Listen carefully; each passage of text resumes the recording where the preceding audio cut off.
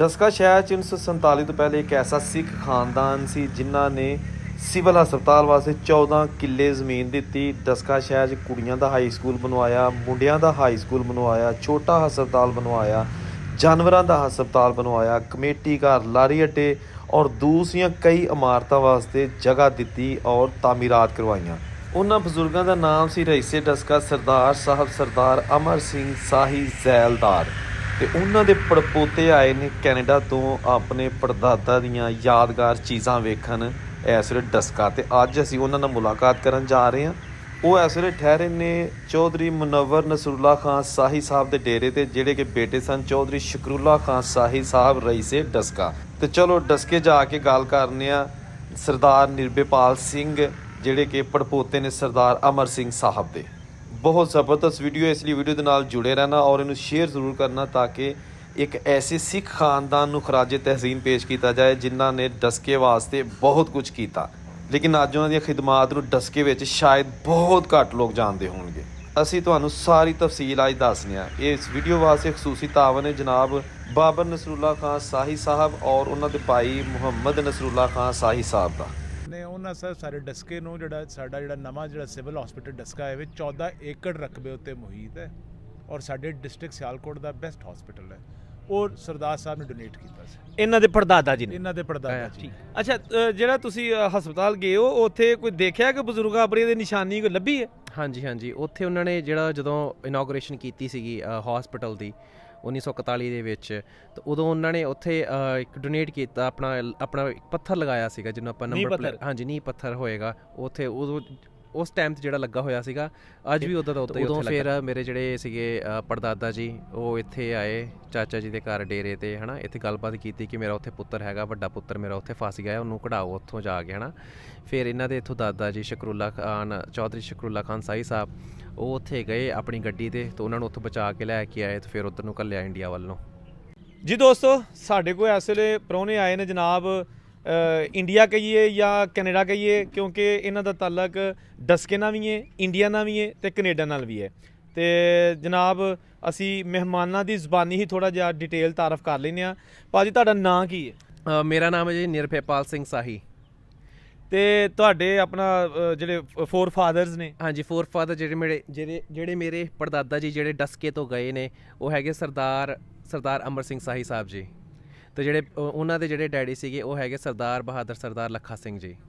ਹਾਂਜੀ। ਤੇ ਤੁਹਾਡੇ ਡੈਡੀ? ਮੇਰੇ ਡੈਡੀ ਦਾ ਨਾਮ ਸਰਦਾਰ ਕੁਲਬੀਰ ਸਿੰਘ ਸਾਹੀ ਹੈ ਜੀ, ਤੇ ਦਾਦਾ ਜੀ ਦਾ ਨਾਮ ਸਰਦਾਰ ਦਲਜੀਤ ਸਿੰਘ ਸਾਹੀ।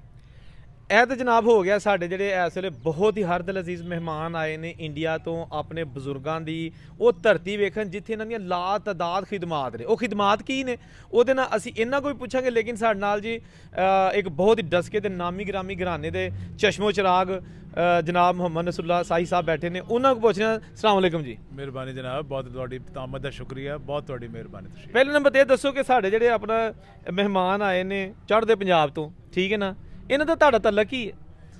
ਸਰ ਇਹਨਾਂ ਦਾ ਮੇਰਾ ਤਾਲੁਕ ਹੈ ਵੇ ਕਿ ਇਹਨਾਂ ਦਾ ਮੇਰਾ DNA ਇੱਕ ਹੈ ਤੇ ਇਹ ਮੇਰਾ ਪੁੱਤਰ ਹੈ, ਭਤਰੀਆ ਹੈ। ਇਹ ਜੀ ਪੜਪੋਤਰਾ ਹੈ ਸਰਦਾਰ ਸਾਹਿਬ ਸਰਦਾਰ ਅਮਰ ਸਿੰਘ ਸਾਹਿਬ ਸਾਹੀ ਜ਼ੈਲਦਾਰ ਦਾ, ਜਿਹੜੇ ਕਿ ਡਸਕੇ ਦੀ ਇੱਕ ਬਹੁਤ ਨਾਮੀ ਹਸਤੀ ਸਨ ਔਰ ਉਹਨਾਂ ਡਸਕੇ ਦੀ ਬਹੁਤ ਖਿਦਮਾਤ ਕੀਤੀਆਂ ਨੇ। ਕੀ ਮਸਲਨ ਕੋਈ ਸਾਨੂੰ ਦੱਸੋ ਡਿਟੇਲ। ਉਹਨਾਂ ਦੇ ਵਾਲਿਦ ਦਾ ਵੀ ਦੱਸ। ਜੀ ਬਿਲਕੁਲ। ਸਰਦਾਰ ਸਾਹਿਬ ਸਰਦਾਰ ਅਮਰ ਸਿੰਘ ਸਾਹਿਬ ਦੇ ਵਾਲਿਦ ਸਨ ਸਰਦਾਰ ਬਹਾਦਰ, ਉਹਨਾਂ ਦਾ ਪੂਰਾ ਨਾਮ ਮੈਂ ਦੱਸਾਂਗਾ ਪ੍ਰੋਟੋਕੋਲ ਵਾਈਜ਼, ਤੇ ਸੂਬੇਦਾਰ ਮੇਜਰ ਸਰਦਾਰ ਬਹਾਦਰ ਸਰਦਾਰ ਲੱਖਾ ਸਿੰਘ ਸਾਹਿਬ ਸਫੈਦਪੋਸ਼। ਉਹ ਡਸਕਾ ਮਿਊਨਿਸਪੈਲਿਟੀ ਦੇ ਪ੍ਰੈਜ਼ੀਡੈਂਟ ਵੀ ਰਹੇ ਨੇ, ਜਿਨ੍ਹਾਂ ਨੂੰ ਤੁਸੀਂ ਚੇਅਰਮੈਨ ਆਉਂਦੇ ਹੋ ਅੱਜ ਦੇ ਜ਼ਮਾਨੇ ਵਿੱਚ। ਉਹਨਾਂ ਦੇ ਅੱਗੋਂ ਸਾਹਿਬਜ਼ਾਦੇ ਸਨ ਸਰਦਾਰ ਸਾਹਿਬ ਸਰਦਾਰ ਅਮਰ ਸਿੰਘ ਸਾਹਿਬ ਜ਼ੈਲਦਾਰ।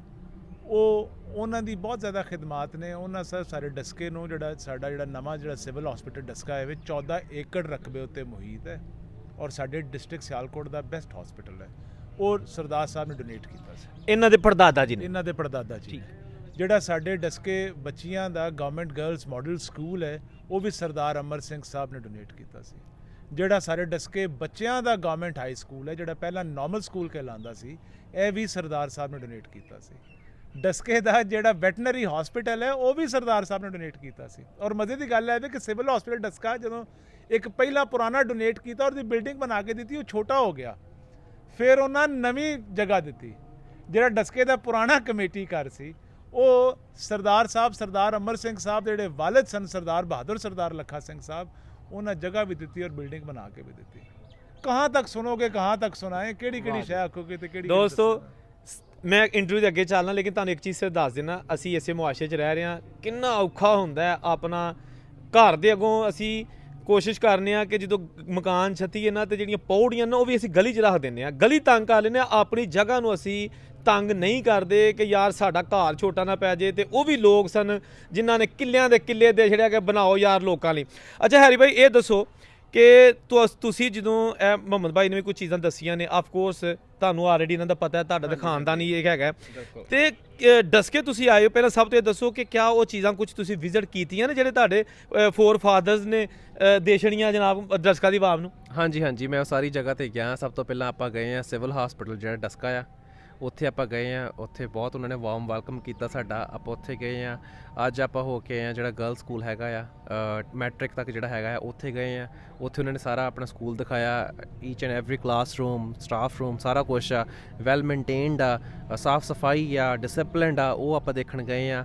ਤਾਂ ਯਾ ਸਾਰੀਆਂ ਚੀਜ਼ਾਂ ਆਪਾਂ ਵੇਖੀਆਂ। ਹੋਰ ਵੀ ਕਈ ਜਗ੍ਹਾ ਤੇ ਆਪਾਂ ਗਏ ਆ। ਲੋਕਾਂ ਦਾ ਪਿਆਰ ਬੜਾ ਆ, ਬਹੁਤ ਵਧੀਆ ਲੱਗ ਰਿਹਾ ਇੱਥੇ। ਇੱਦਾਂ ਲੱਗਦਾ ਹੀ ਨਹੀਂ ਕੋਈ ਬਗਾਨਾ ਹੈਗਾ ਆ। ਅੱਛਾ ਜਿਹੜਾ ਤੁਸੀਂ ਹਸਪਤਾਲ ਗਏ ਹੋ ਉੱਥੇ ਕੋਈ ਦੇਖਿਆ ਕਿ ਬਜ਼ੁਰਗਾਂ ਆਪਣੀ ਦੀ ਨਿਸ਼ਾਨੀ ਕੋਈ ਲੱਭੀ ਹੈ?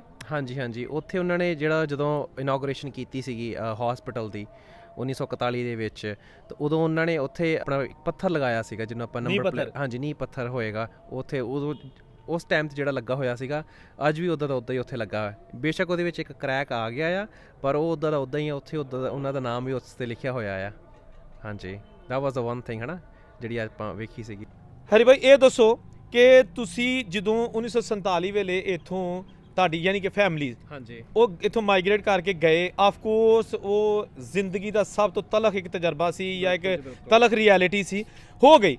ਲੇਕਿਨ ਉਹ ਇੱਥੋਂ ਖੈਖਰੀ ਨਾ ਚਲੇ ਗਏ ਸਨ, ਔਰ ਕਿਹੜੇ ਪਾਸੇ ਨੂੰ ਗਏ ਸਨ ਫਿਰ ਇੱਥੋਂ ਜਦੋਂ ਇੰਡੀਆ 'ਚ ਵੜੇ ਨੇ? ਹਾਂਜੀ ਹਾਂਜੀ, ਇੱਥੋਂ ਖੈਰ ਖਰੀਅਤ ਨਾਲ ਚਲੇ ਗਏ ਸੀਗੇ। ਜਦੋਂ ਇੱਥੋਂ 47 'ਚ ਗਏ ਆ, ਸਭ ਤੋਂ ਪਹਿਲਾਂ ਸਰਹੰਦ ਗਏ ਆ, ਇੰਡੀਆ ਸਰਹੰਦ ਦੇ ਵਿੱਚ। ਸਰਹੰਦ ਦੇ ਵਿੱਚ ਥੋੜ੍ਹੀ ਦੇਰ ਰਹਿ ਕੇ ਫਿਰ ਆਪਾਂ ਗਏ ਦਸੂਆ ਸ਼ਾਂਗਲਾ ਹੁਸ਼ਿਆਰਪੁਰ ਦੇ ਵਿੱਚ ਜਿਹੜਾ ਆਉਂਦਾ ਆ।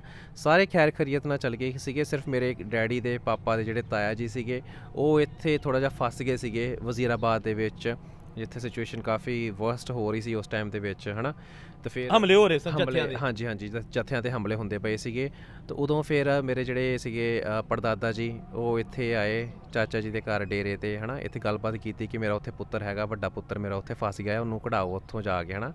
ਫਿਰ ਇਹਨਾਂ ਦੇ ਇੱਥੋਂ ਦਾਦਾ ਜੀ ਸ਼ਕਰੁੱਲਾ ਖਾਨ, ਚੌਧਰੀ ਸ਼ਕਰੁੱਲਾ ਖਾਨ ਸਾਈ ਸਾਹਿਬ, ਉਹ ਉੱਥੇ ਗਏ ਆਪਣੀ ਗੱਡੀ 'ਤੇ, ਤੇ ਉਹਨਾਂ ਨੂੰ ਉੱਥੋਂ ਬਚਾ ਕੇ ਲੈ ਕੇ ਆਏ, ਤੇ ਫਿਰ ਉੱਧਰ ਨੂੰ ਘੱਲਿਆ ਇੰਡੀਆ ਵੱਲ ਨੂੰ। ਇਹ ਕੀ ਗੱਲ ਹੈ ਜੀ ਦੱਸ ਰਹੇ ਨੇ ਤੁਹਾਡੇ ਤੇ ਆਪਣਾ ਸਰ ਕਿਹਨੂੰ ਬਚਾਇਆ ਸਜੇ? ਸਰ ਕੀ ਬਚਾਉਣਾ ਸਰ, ਬਚਾਉਣ ਵਾਲੀ ਤਾਂ ਰੱਬ ਦੀ ਜ਼ਾਤ ਹੁੰਦੀ ਹੈ, ਬਸ ਉਹੀ ਤੌਫੀਕ ਦਿੰਦਾ ਕਿਸੇ ਨੂੰ। ਤੁਹਾਨੂੰ ਪਤਾ ਜਿਸ ਤਰ੍ਹਾਂ ਮਤਲਬ ਅਗਰ ਤੁਸੀਂ ਇਸੇ ਆਪਣੇ ਖਾਨਦਾਨ ਦੇ ਮੁਤਾਬਿਕ ਵੇਖੀਏ ਤੇ ਐਕਸਟੈਂਡਡ ਫੈਮਿਲੀ ਦੇ ਵਿੱਚ ਸਰਦਾਰ ਸਾਹਿਬ ਸਰਦਾਰ ਅਮਰ ਸਿੰਘ ਸਾਹਿਬ ਤੇ ਮੇਰੇ ਦਾਦਾ ਜੀ ਚੌਧਰੀ ਸ਼ਕਰੁੱਲਾ ਖਾਨ ਸਾਹਿਬ ਆਪਸ ਵਿੱਚ ਕਜ਼ਨ ਸਨ। ਜਦੋਂ 47 ਦੇ ਤੁਹਾਨੂੰ ਪਤਾ ਲੱਗਾ ਹੈ ਤੇ ਬੜੀ ਤਬਾਹਕਾਰੀਆਂ ਹੋਈਆਂ ਨੇ, ਬੜੀ ਕੁੱਟਮਾਰ ਹੋਈ। ਤੇ ਵਜ਼ੀਰਾਬਾਦ ਵਿੱਚ ਤੁਹਾਨੂੰ ਸਭ ਤੋਂ ਜ਼ਿਆਦਾ ਪਤਾ ਹੋਏਗਾ ਕਿ ਬਹੁਤ ਜ਼ਿਆਦਾ ਬਦਅਮਨੀ ਫੈਲੀ, ਟ੍ਰੇਨ ਵੀ ਬੜਾ ਨੁਕਸਾਨ ਹੋਇਆ, ਸਾਰਾ ਕੁਝ ਹੋਇਆ। ਉਦੋਂ ਜਿਹੜੇ ਇਹਦੇ ਹੈਰੀ ਦੇ ਜਿਹੜੇ ਦਾਦਾ ਜੀ ਸਨ, ਵੱਡੇ ਦਾਦਾ ਜੀ ਦੇ ਵੱਡੇ ਭਾਈ ਸਰਦਾਰ ਦਿਲਜੀਤ ਸਿੰਘ ਤੋਂ ਵੱਡੇ ਜਿਹੜੇ ਸਰਦਾਰ ਸੰਤ ਸਿੰਘ ਸਾਹਿਬ ਸਨ, ਸਰਦਾਰ ਸਾਹਿਬ ਸਰਦਾਰ ਅਮਰ ਸਿੰਘ ਸਾਹਿਬ ਦੇ ਬੜੇ ਬੇਟੇ, ਉਹ ਤਹਿਸੀਲਦਾਰ ਵਜ਼ੀਰਾਬਾਦ ਸਨ। ਤੇ ਉਹ ਬਹੁਤ ਜ਼ਿਆਦਾ ਉੱਥੇ ਆਵਾਮ ਨੇ ਉਹਨਾਂ ਨੂੰ ਘੇਰ ਲਿਆ ਔਰ ਸਾਰਾ ਕੁਝ ਹੋ ਗਿਆ, ਕਿਉਂਕਿ ਵੈਲ ਨੋਨ ਪਰਸਨੈਲਿਟੀ ਵੱਡਾ ਅਫਸਰ ਸੀ, ਤਹਿਸੀਲਦਾਰ, ਪਹਿਚਾਨ ਵੀ ਸੀ ਲੋਕਾਂ ਨੂੰ, ਪਹਿਚਾਨ ਵੀ ਸੀ, ਔਰ ਫਿਰ ਸਰਦਾਰ ਸਾਹਿਬ ਦਾ ਬੇਟਾ ਵੀ ਸੀ। ਬਿਲਕੁਲ। ਤੇ ਉਹ ਇੱਕ ਟਾਰਗੇਟ ਐਸਾ ਸੀ ਜਿਹੜਾ ਕਿ ਬਾਹਰ ਵਾਲੋਂ ਘੇਰ ਕੀਤਾ। ਤੇ ਉਸ ਮਜਬੂਰੀ ਦੇ ਆਲਮ ਦੇ ਵਿੱਚ ਤੁਸੀਂ ਵੇਖੋ ਕਿ ਕੀ ਤਕਲੀਫ ਹੋਈ ਹੋਏਗੀ ਸਰਦਾਰ ਸਾਹਿਬ ਨੂੰ, ਸਰਦਾਰ ਅਮਰ ਸਿੰਘ ਸਾਹਿਬ ਨੂੰ, ਕਿ ਜਿਸ ਮੇਰੀ ਹਸੀਅਤ ਦਾ ਸ਼ਖਸ ਜਿਹਨੇ ਇੰਨੀ ਖਿਦਮਾਤ ਵੀ ਕੀਤੀਆਂ ਨੇ, ਉਹਦਾ ਪੁੱਤਰ ਅੱਜ ਫਸ ਗਿਆ ਔਰ ਉਹਨੂੰ ਜਾਨ ਦੇ ਲਾਲੇ ਪਏ ਨੇ। ਉਹ ਸਰ ਤਸ਼ਰੀਫ ਲਾਇਆ ਆਪਣੇ ਭਰਾ ਕੋਲ। ਇਹਦੇ ਵਿੱਚ ਤੇ ਕੋਈ ਮਿਹਰਬਾਨੀ ਕੋਈ ਕੁਛ ਨਹੀਂ, ਉਹਨੇ ਆਪਣੇ ਭਰਾ ਕੋਲ ਆਪਣੇ ਹੱਕ ਦੇ ਖੂਨੀ ਰਿਸ਼ਤਾ ਸੀ। ਉਹਨਾਂ ਆ ਕੇ ਆਖਿਆ ਕਿ ਕਿਸੇ ਸੂਰਤ ਮੇਰਾ ਪੁੱਤਰ ਆਉਣਾ ਚਾਹੀਦਾ ਹੈ, ਪੁਰਅਮਨ ਹੋ ਕੇ। ਤਾਂ ਉਹਨੇ ਆਖਿਆ ਅੱਲਾ ਖੈਰ ਕਰੇਗਾ। ਤੁਹਾਡੇ ਦਾਦਾ ਜੀ ਨੂੰ ਕਿਹਾ? ਮੇਰੇ ਦਾਦਾ ਜੀ। ਫਿਰ ਚੌਧਰੀ ਸ਼ਕਰੁੱਲਾ ਖਾਨ ਸਾਹਿਬ ਇੱਥੋਂ ਗਏ। ਤੁਹਾਨੂੰ ਪਤਾ ਉਹ ਪੁਰਾਣਾ ਜ਼ਮਾਨਾ ਸੀ, ਉਦੋਂ ਕੋਈ ਇਸ ਤਰ੍ਹਾਂ ਸਪੀਕਰ ਵਗੈਰਾ ਤਾਂ ਹੁੰਦੇ ਨਹੀਂ ਸਨ, ਨਾ ਮਾਈਕਰੋਫੋਨ ਮੈਗਾਫੋਨ ਹੁੰਦੇ ਸਨ। ਉਦੋਂ ਮਨਾਦੀ ਵਾਲਾ ਹੁੰਦਾ ਸੀ, ਤੇ ਮਨਾਦੀ ਵਾਲਾ ਬੰਦਾ ਵੀ ਆਪਣਾ ਉਹ ਨਾਲ ਲੈ ਕੇ ਗਏ, ਜਿੰਨੇ ਉੱਥੇ ਉਤਰ ਕੇ ਵਜ਼ੀਰਾਬਾਦ ਤੇ ਢੋਲ ਮਾਰ ਕੇ ਉਹਨੇ ਮਨਾਦੀ ਕੀਤੀ ਕਿ ਚੌਧਰੀ ਸ਼ਕਰੁੱਲਾ ਖਾਨ ਸਾਹਿਬ ਡਸਕੇ ਵਾਲੇ ਆਏ ਨੇ ਤੇ ਆਪਣੇ ਭਤਰੀਏ ਸਰਦਾਰ ਸੰਤ ਸਿੰਘ ਨੂੰ ਲੈਣ ਲਈ ਆਏ ਨੇ, ਤੇ ਲਿਹਾਜ਼ਾ ਹਰ ਬੰਦਾ ਰਾਹ ਛੱਡੇ, ਕਿਉਂਕਿ ਜਿਹਨੇ ਵੀ ਅਗਰ ਇਹਦੇ ਵਿੱਚ ਰਜਿਸਟ ਕਰਨਾ ਹੈ ਤੇ ਉਹਨੇ ਉਹਨਾਂ ਨੂੰ ਰਜਿਸਟ ਕਰਨਾ ਹੈ।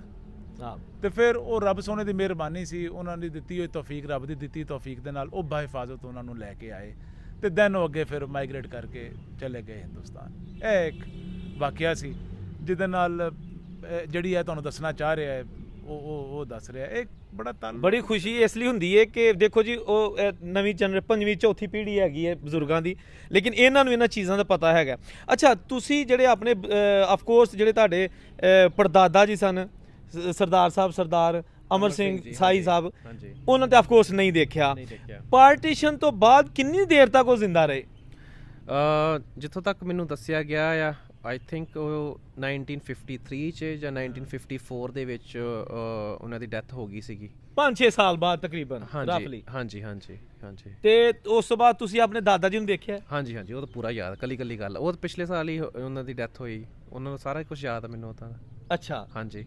ਤੇ ਤੁਸੀਂ ਕਦੀ ਸੋਚਿਆ ਸੀ ਕਿ ਡਸ ਕੇ ਜਾਵਾਂਗਾ, ਮਤਲਬ ਇਹ ਕੋਈ ਐਸਾ ਅੱਲਾ ਨੇ ਸਬਬ ਬਣਾਤਾ ਹੈ? ਪਹਿਲਾਂ ਨਹੀਂ ਕਦੀ ਸੋਚਿਆ ਸੀਗਾ, ਤੇ ਪਿਛਲੇ ਕੋਈ 4-5 ਸਾਲਾਂ ਤੋਂ ਬਹੁਤ ਸੋਚ ਰਿਹਾ ਸੀਗਾ ਕਿ ਮੈਂ ਡਸ ਕੇ ਜਾਵਾਂਗਾ, ਉੱਥੇ ਸਾਰੀਆਂ ਚੀਜ਼ਾਂ ਵੇਖਾਂਗਾ, ਕਿੱਦਾਂ ਦਾ ਮਾਹੌਲ ਸੀਗਾ, ਕਿੱਦਾਂ ਦਾ ਸ਼ਹਿਰ ਸੀਗਾ, ਕਿੱਦਾਂ ਦੀਆਂ ਸਾਰੀਆਂ ਚੀਜ਼ਾਂ ਸੀਗੀਆਂ। ਤਾਂ ਪਹਿਲਾਂ ਕਦੀ ਨਹੀਂ ਸੋਚਿਆ ਸੀਗਾ, ਪਰ ਪਿਛਲੇ ਕਾਫੀ ਸਾਲਾਂ ਤੋਂ ਹੁਣ ਮੈਂ ਸੋਚ ਰਿਹਾ ਸੀਗਾ ਤੇ ਉਹ ਰਿਐਲਿਟੀ 'ਚ ਕਨਵਰਟ ਹੋ ਗਿਆ। ਤੇ ਕੀ ਪਾਇਆ ਫਿਰ ਇੱਥੇ? ਇੱਥੇ ਪਿਆਰ ਪਾਇਆ, ਲੋਕਾਂ ਦੀ ਮੁਹੱਬਤ, ਵੈਰੀ ਵਾਰਮ ਵੈਲਕਮਿੰਗ ਨੇ ਲੋਕੀ, ਹੈ ਨਾ। 100% ਮੈਨੂੰ ਲੱਗਦਾ ਹੀ ਨਹੀਂ ਕਿ ਆਪਾਂ ਬਗਾਨੇ ਕਿਤੇ ਆਏ ਹਾਂ, ਬਗਾਨੇ ਸ਼ਹਿਰ 'ਚ ਜਾਂ ਬਗਾਨੇ ਮੁਲਕ ਦੇ ਵਿੱਚ। ਇਹ ਆਪਣਾ ਹੀ ਲੱਗਦਾ ਪਿਆ ਆ, ਸਾਰਾ ਉੱਦਾਂ ਦਾ ਹੀ ਮਾਹੌਲ ਆ, ਸਾਰਾ ਕੁਛ। ਸਾਰੇ ਆਪਾਂ ਪੰਜਾਬੀ ਬੋਲਣ ਵਾਲੇ ਆ, ਗਲੀਆਂ ਦਾ ਮਾਹੌਲ, ਸੜਕਾਂ ਦਾ ਮਾਹੌਲ, ਲੋਕਾਂ ਦਾ ਇੰਨਾ ਪਿਆਰ ਆ। ਰੋਕ ਕੇ ਅਗਲੇ ਖਵਾਉਂਦੇ ਪਏ, ਕਦੀ ਸਮੋਸੇ ਖਾਓ, ਕਦੀ ਕੁਛ ਫੋਟੋਆਂ ਖਿੱਚਦੇ ਪਏ ਆ। ਇਹ ਤਾਂ ਐਂ ਲੱਗਦਾ ਪਿਆ ਜਿੱਦਾਂ ਮੈਂ ਸੈਲੀਬ੍ਰਿਟੀ ਹੋਵਾਂ। ਨਹੀਂ ਨਹੀਂ ਜੀ, ਤੁਸੀਂ ਸੈਲੀਬ੍ਰਿਟੀ ਸਾਡੇ ਵਾਸਤੇ ਤੁਸੀਂ। ਅੱਛਾ ਥੋੜ੍ਹਾ ਜਿਹਾ ਮੈਨੂੰ ਇਹ ਦੱਸੋ ਕਿ ਸਰਦਾਰ ਸਾਹਿਬ ਸਰਦਾਰ ਅਮਰ ਸਿੰਘ ਸਾਈ ਸਾਹਿਬ, ਉਹਨਾਂ ਦਾ ਅਗਲਾ ਜਿਹੜਾ ਪਰਿਵਾਰ ਹੈਗਾ ਉਸ ਤੋਂ ਬਾਅਦ ਵਾਲਾ, ਉਹਦੇ ਬਾਰੇ ਥੋੜ੍ਹੀ ਜਾਣਕਾਰੀ ਦਿਓ ਕਿ ਕਿੰਨੇ ਬੱਚੇ ਸਨ ਉਹਨਾਂ ਦੇ, ਜਾਂ ਤੁਹਾਡੇ ਤੱਕ ਜਿਹੜਾ? ਹਾਂਜੀ, ਮੇਰੇ ਜਿਹੜੇ ਦਾਦਾ ਜੀ ਨੇ, ਦਾਦਾ ਜੀ ਦੇ 5 ਬੱਚੇ, 2 ਕੁੜੀਆਂ, ਮਤਲਬ 2 ਮੇਰੀਆਂ ਭੂਆ ਔਰ 3 ਮੁੰਡੇ। ਇੱਕ ਮੇਰੇ ਪਾਪਾ ਹੋ ਗਏ, ਡੈਡੀ ਹੋ ਗਏ, ਚਾਚਾ ਜੀ ਹੋ ਗਏ, ਤੇ ਤਾਇਆ ਜੀ ਹੋ ਗਏ। ਦਾਦਾ ਜੀ ਦੇ ਤਿੰਨੋਂ ਜਿਹੜੇ ਮੁੰਡੇ ਆ, ਤਿੰਨੋਂ ਬਾਹਰ ਹੀ ਨੇ। ਪਾਪਾ ਮੇਰੇ ਕੈਨੇਡਾ, ਤਾਂ ਅੱਜ ਕੱਲ੍ਹ ਉਹਦਾ ਇੰਡੀਆ ਆਏ ਹੋਏ ਨੇ, ਤੇ ਤਾਇਆ ਜੀ US ਹੁੰਦੇ ਆ, ਤੇ ਚਾਚਾ ਜੀ US ਹੁੰਦੇ ਆ। ਅੱਛਾ ਠੀਕ ਹੋ ਗਿਆ।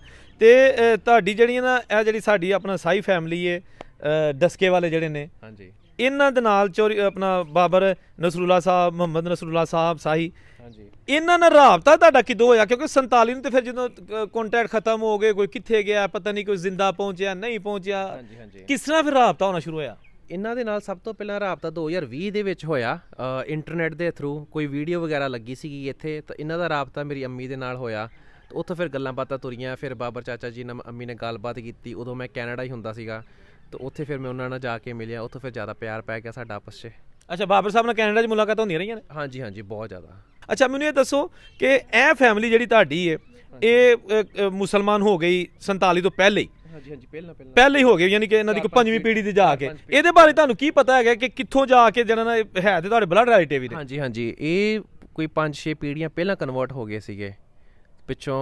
If I'm not wrong, I think Sardar ਨਵਾਈਦਾਰ ਸਿੰਘ ਸੀਗੇ, ਉਹਨਾਂ ਦੀ ਆਪਾਂ, ਉਹ ਇੱਕ ਬਾਬਾ ਜੀ ਸੀਗੇ ਜਿਨ੍ਹਾਂ ਦੀ ਆਪਾਂ ਇੱਕ ਔਲਾਦ ਆ। ਉੱਥੋਂ ਉਹ ਮੁਸਲਮਾਨ ਬਣ ਗਏ ਤੇ ਇੱਕ ਸਿੱਖ ਬਣ ਗਏ, ਸਿੱਖ ਰਹਿ ਗਏ।